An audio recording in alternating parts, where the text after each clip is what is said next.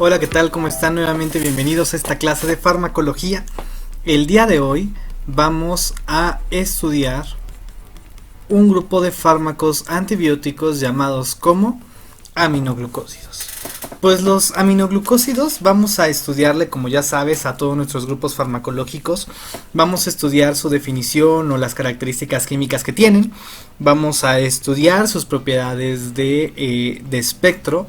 Vamos a estudiar características farmacocinéticas generales. Acuérdate, no vemos las características farmacocinéticas de cada fármaco, si no sería más largo el video de lo que ya son. Vamos a ver los fármacos que pertenecen al grupo y pues sus principales usos y especialmente sus efectos adversos. ¿Sale? Muy bien. Pues los aminoglucósidos como tal son derivados tanto naturales o semisintéticos de productos originados por un tipo de organismos que son los actinomicetos. ¿Sale? Actinomicetos. De ellos provienen pues precisamente los aminoglucósidos. Como su nombre indica, están formados por un grupo amino o aminoglucósido, un glucósido con un grupo amina, es decir, un tipo de carbohidrato que tiene la característica de que va a tener determinada proteína y que además se le agrega un anillo amiciclitol. Te lo voy a anotar aquí. Es un aminoglúcido, que así se llama este compuesto químico, que va a estar agregado a un anillo. Ay, qué horrible se puso ahí. A un anillo amiciclitol. ¿Sale? Esto va a ser precisamente el aminoglucósido y aquí va a haber un enlace que se llama glucídico. ¿Sale? Esto va a ser la estructura química pues de nuestros aminoglucósidos. ¿Sale? Estas sustancias son compuestos totalmente polares. Esto es importante. Acuérdate que las membranas biológicas están conformadas por lípidos y que estructuras polares no atraviesan con facilidad las membranas celulares. Esto es importante porque al ser sustancias polares, esto va a afectar increíblemente la farmacocinética de estos fármacos. ¿De acuerdo? Ahora, ¿quiénes son los aminoglucósidos? Pues los aminoglucósidos son fármacos que tú seguramente ya conoces y que corresponden a la gentamicina, tropamicina, la amicacina, la anetilmicina, la streptomicina, y la neomicina, por ejemplo, para mencionar algunos aminoglucósidos. ¿De acuerdo? Entonces, vamos a hablar de sus propiedades generales. Primero, el mecanismo de acción. El mecanismo de acción de estos fármacos es que son bactericidas. Y esto va a ser gracias a su concentración. Son concentración dependiente. ¿De acuerdo? ¿Y qué es lo que hacen? Lo hacen en varios pasos. El primer paso que ocurre es que el antibiótico debe ingresar a la bacteria. ¿Sale? Como ya te dije, el antibiótico es una sustancia polar, por lo tanto no atraviesa como si fuera un fantasmita, no atraviesa como fantasmita las membranas celulares. Requiere de unas estructuras que se llaman poros o porinas. ¿Sale? Gracias a unas estructuras que se encuentran en las membranas de las bacterias, que son las porinas, será que el fármaco va a poder ingresar a la membrana. Y también esto lo va a hacer acoplado a un mecanismo de transporte donde haya gasto de energía. ¿Sale? Entonces también va a requerir de determinado transporte activo para poder ingresar a la bacteria. ¿Sale? Y pues esto pues va a ser muy interesante porque bajo ciertas situaciones que van a ser anaerobias va a provocar que esto no ocurra.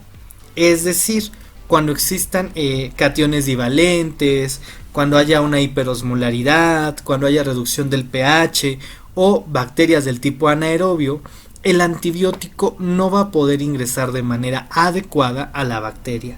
Repito, en un ambiente donde hayan cationes divalentes, donde haya hiperosmolaridad, donde haya disminución de pH y donde hayan organismos anaerobios, el fármaco no va a poder ingresar. Ejemplos: en los abscesos. En los abscesos el fármaco no va a poder ingresar. En la orina ácida. También en la orina ácida va a ser un poquito complejo que el fármaco funcione, y en estados de hiperosmolaridad.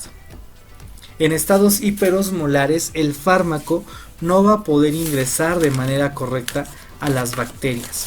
Por lo tanto, pues la función del fármaco pues no va a ser tan buena.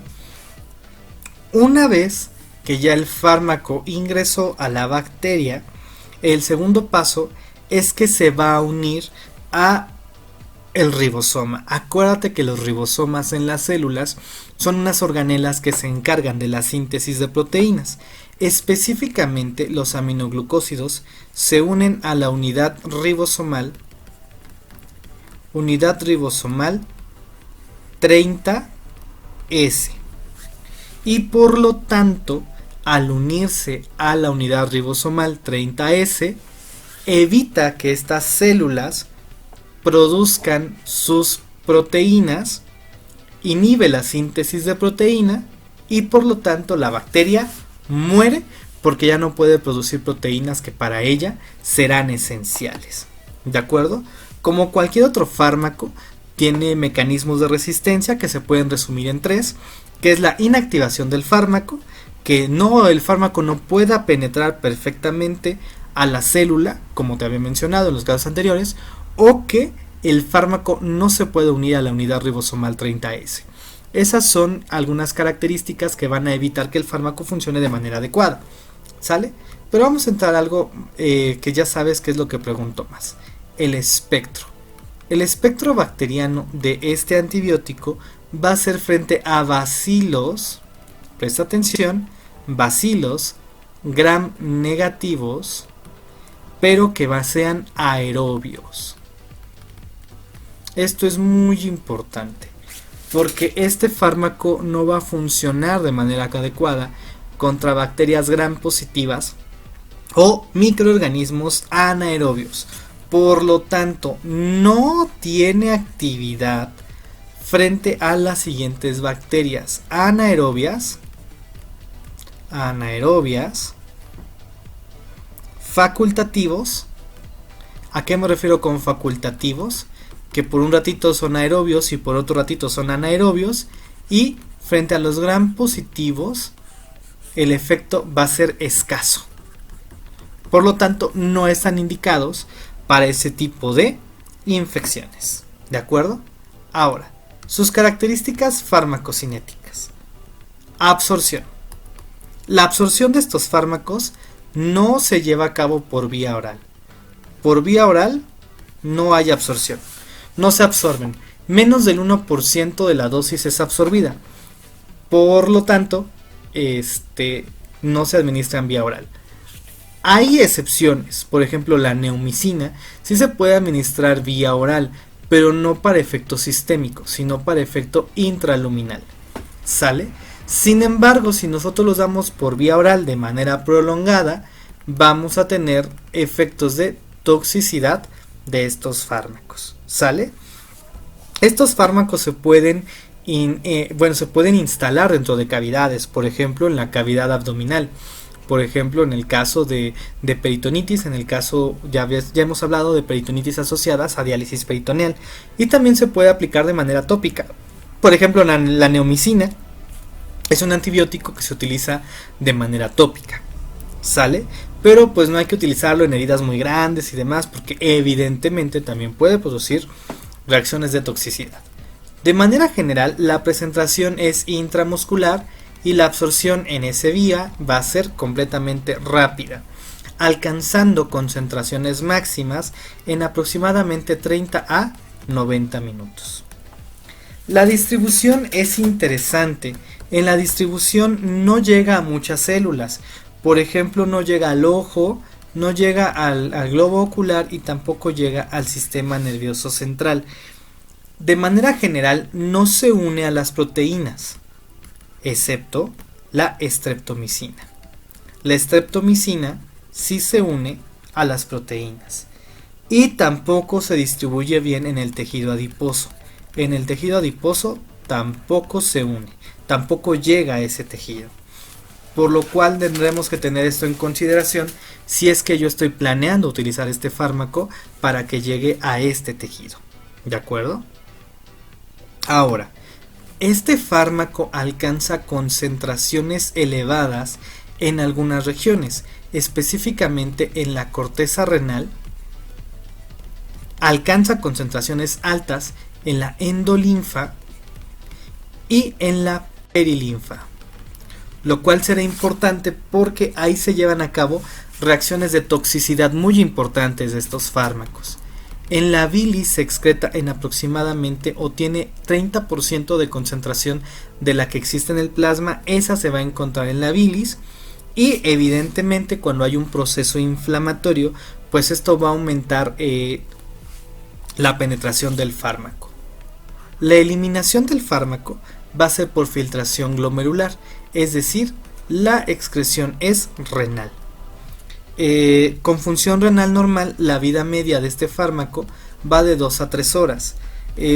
Por obvias razones, si hay daño renal, este fármaco requerirá de ajuste de la dosis. ¿Sale? Algo muy importante para personal de enfermería es que se ha demostrado in vitro que cuando yo mezclo un aminoglucósido más un beta-lactámico, si yo lo pongo en la misma solución, se inactivan. Por lo tanto, no se deben de mezclar los aminoglucósidos con beta-lactámicos en la misma solución. ¿Sale? ¿Cuáles son los que menos se inactivan? Al menos de manera in vitro, la amicacina es la que menos tiene esta reacción, y de los beta-lactámicos la piperacilina. Esos son los que tienen menos inactivación. Acuérdate que en algún momento te dije que la AMPI se utiliza con un aminoglucósido para tratamiento de sepsis neonatal. Entonces sí está indicado aplicarlos juntos, pero no revueltos, ¿de acuerdo? Eso sí hay que tenerlo muy en cuenta. Ahora, respecto de la dosis, aquí hay algo muy interesante de estos fármacos. Estos fármacos pueden conllevar cierta toxicidad. Entonces imagínate que aquí yo tengo las horas y yo aquí voy a ponerlo con una línea roja. Aquí yo tengo la concentración que me puede provocar toxicidad. Algo interesante de estos fármacos es que independientemente que dependen de la concentración plasmática para ejercer su acción, a pesar de no tener buenas concentraciones plasmáticas, posteriormente van a tener cierto efecto. Entonces, lo ideal que se plantea para el uso de aminoglucósidos es que se empleen dosis altas a intervalos de dosificación amplios. Es decir, que yo administre una dosis alta de fármaco y yo no la vuelva a administrar hasta un tiempo prolongado después. Eso sería lo ideal en la dosis, porque si yo hago dosis fraccionadas, lo que voy a provocar es esto, que suba, luego baja, se mantiene aquí, yo luego doy otra dosis, vuelve a subir, luego vuelve a bajar, y luego vuelve a subir, y luego vuelve a bajar.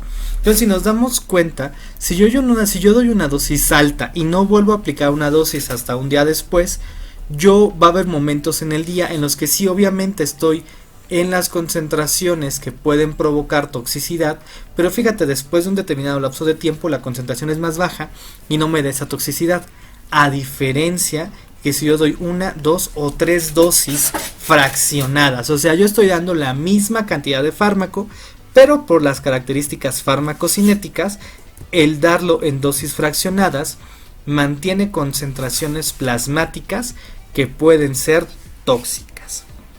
¿Y qué toxicidad tienen estos fármacos? ¿Cuáles son los efectos secundarios? De los más importantes que te debes de aprender y que son preguntas de examen es la ototoxicidad. Es decir, que hay daño al oído. Hay daño tanto vestibular como daño coclear.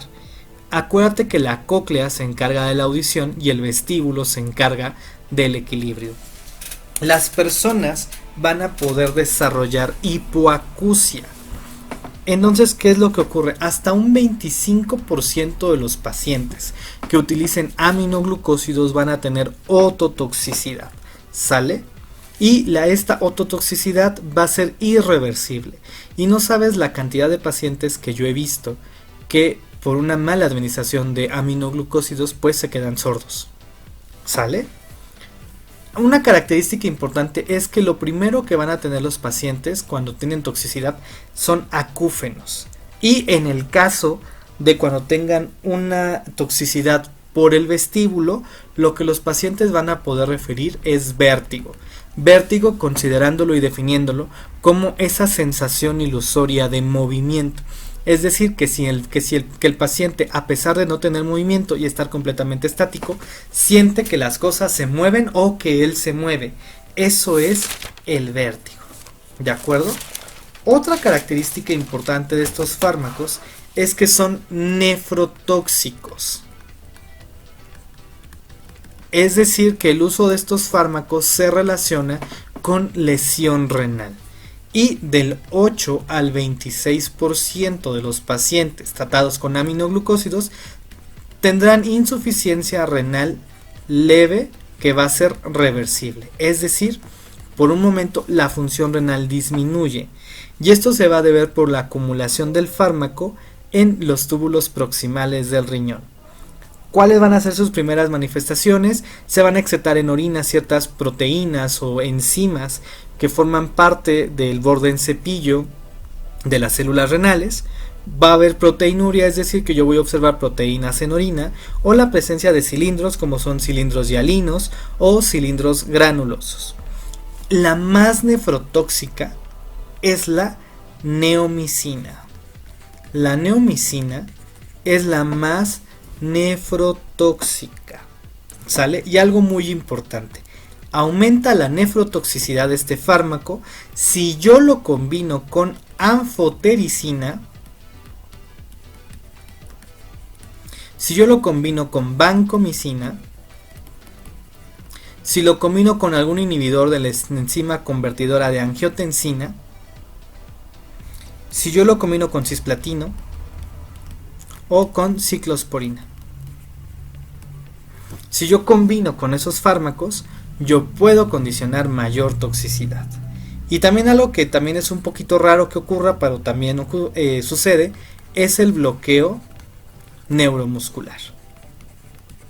Es decir, los pacientes desarrollan parálisis.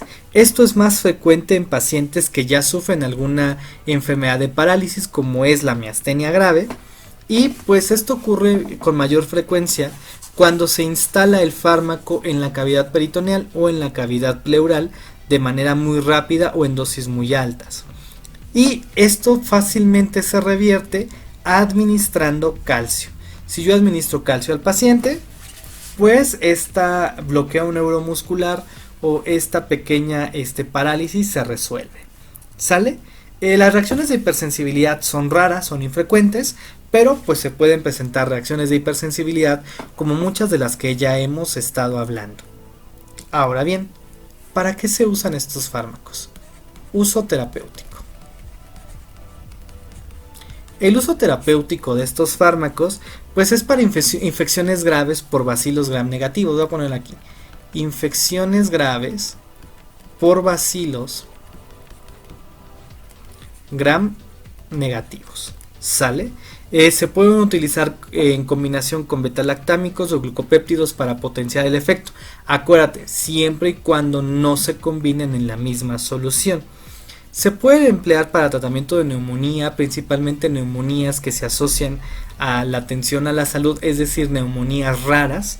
Y también se puede utilizar para septicemias, como en el caso de infecciones por pseudomonas, enterobacterias, Klebsiella, Serratia, o por ejemplo para tratamiento de la endocarditis bacteriana. Si te das cuenta, estos fármacos se utilizan para infecciones graves. No son fármacos que deban ser empleados para infecciones de leves a moderadas. Estos fármacos se utilizan principalmente para, pues, infecciones graves. ¿De acuerdo? Pues esto es todo de los aminoglucósidos. Es la información más rápida, sencilla y clara para que tú la tengas. Yo te recomiendo nunca olvides volver a leer tu libro. Esta solamente es una clase que te ayude a comprender un poquito más estos fármacos antibióticos. Pues estamos en contacto. La próxima clase corresponderá a tetraciclinas. Cuídate mucho y estamos en contacto. Bye bye.